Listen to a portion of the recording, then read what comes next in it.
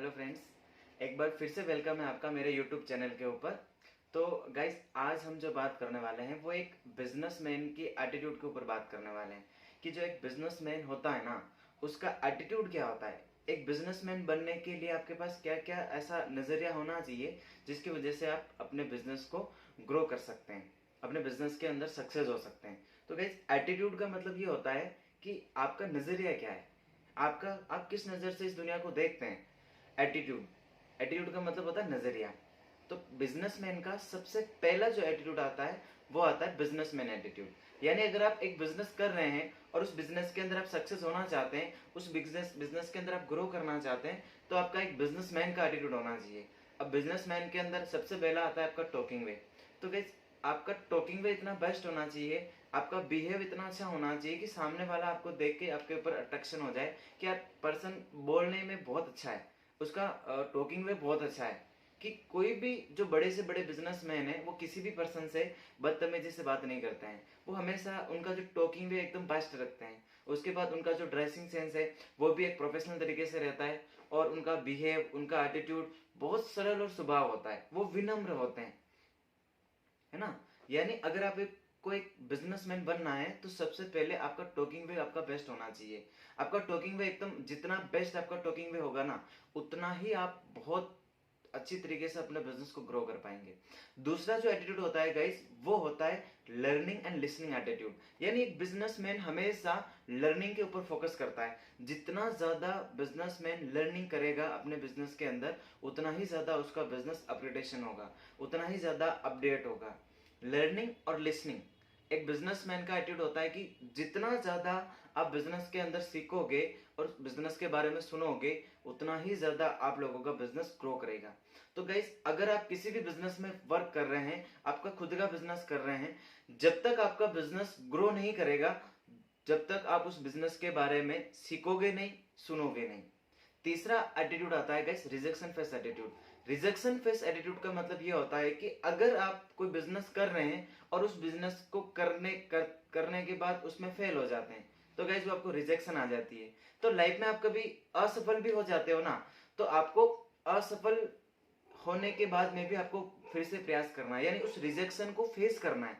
कि जो businessman rejection को फेस कर लेता है, वो बिजनेसमैन हमेशा धीरे धीरे करके अपने बिजनेस को ग्रो कर ही लेता है। लेकिन कुछ लोग होते हैं जो 1 महीना, 2 महीना, 3 महीना, 4 महीना, 5 महीने तक किसी बिजनेस को करते हैं, और उस बिजनेस को जो करते हैं वो उसमें फेल हो जाते हैं, तो उस बिजनेस को छोड़ देते हैं। तो गाइस, वो पर्सन कभी अपने बिजनेस के अंदर ग्रो नहीं कर पाते हैं। वही पर्सन अपने बिजनेस के अंदर ग्रो कर पाते हैं जिसके पास रिजेक्शन फेस एटीट्यूड होता है। वही इंसान सक्सेस हो पाता है जिनके पास रिजेक्शन फेस एटीट्यूड होता है। और लास्ट जो एक और एटीट्यूड होता है जिसको बोलते हैं पॉजिटिव एटीट्यूड, जो फोर्थ नंबर का एटीट्यूड है। पॉजिटिव का मतलब होता है कि अगर आप अपने बिजनेस को कर रहे हो ना, तो उसके बारे में पॉजिटिव सोचें। आपका एटीट्यूड हमेशा पॉजिटिव होना चाहिए, है ना। लाइक दिस एक स्टोरी है कि एक बार क्या होता है, एक दो जुड़ा बच्चे होते हैं। तो उसके जो मम्मी पापा होते हैं वो देखते हैं कि एक का एटीट्यूड नेगेटिव है और एक का एटीट्यूड पॉजिटिव है। तो वो किसी वैज्ञानिक को बुलाते हैं उनके ऊपर रिसर्च करने के लिए, दोनों को अलग अलग कमरे के अंदर बंद कर देते हैं।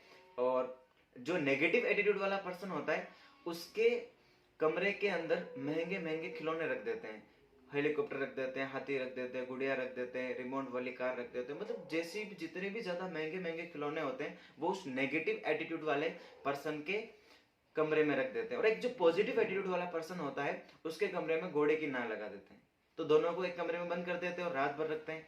सुबह उठ के जो उन दोनों बच्चों को सबसे पहले नेगेटिव एटीट्यूड वाले को खोलते हैं, उसका दरवाजा खोलता है, कमरे का दरवाजा खुलता है, देखता है तो वो पर्सन रो रहा होता है कि उसको इतने महंगे महंगे खिलौने दिए, पूरा कमरा भर दिया, फिर भी वो रो रहा है। मेरे गाड़ी का पंखड़ा टूट गया, मेरे हाथी का पैर टूट गया, मेरे गुड़िया का ये टूट गया, मेरे वो टूट गया, ये टूट गया। मतलब उसको इतने महंगे महंगे खिलौने दिए, गाइस, फिर भी वो पर्सन रो रहा है।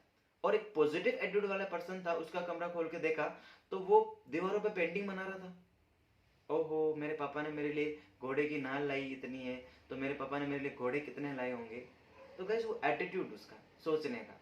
और वही पर्सन गाइस आज बड़ा होके लक्ष्मी नारायण मित्तल है जिनका नाम, जो स्टील कंपनी के मालिक है, जिनका एटीट्यूड हमेशा पॉजिटिव है। सही है ना। यानी वो एक बड़े बिजनेसमैन है कि आप जितना पॉजिटिव अपने बिजनेस के बारे में सोचोगे उतना ही ज्यादा आपका बिजनेस ग्रो करेगा। लास्ट जो आता है guys, never give up attitude. यानी आप तभी अपने बिजनेस के अंदर सक्सेस हो सकते हैं जब आप कभी हार नहीं मानेंगे। आपको प्रकृति बार बार आपको परीक्षा लेने के लिए आपको नीचे गिराएगी, आपको बिजनेस के अंदर आप असफल होंगे, लेकिन आपको फिर से स्टैंड होना है और आप कभी हार नहीं मानना है। जो आपने सोचा है वो आपको करके दिखाना है। अपने बिजनेस के अंदर आप जरूर सक्सेस हो जाओगे। मैंने एक चीज, जब मैंने एक बिजनेस स्टार्ट किया था तब मैंने एक चीज लिखी थी मेरी डायरी के अंदर कि जब तक आपको कोई पर्सन हरा नहीं सकता है जब तक आप खुद हार नहीं जाओ। सही है ना। कि मैदान में हारा हुआ इंसान वापस जीत सकता है, लेकिन जो मन से हार जाए ना वो इंसान कभी जीत नहीं सकता है। तो गाइस, ये एक बिजनेसमैन का एटीट्यूड है। अगर किसी कोई सा भी बिजनेस अगर आप रन कर रहे हो और उस बिजनेस के अंदर सक्सेस होना चाहते हो तो ये एटीट्यूड आपके पास होना जरूरी है। बाकी थैंक यू, मिलते हैं अपन नेक्स्ट वीडियो के साथ में।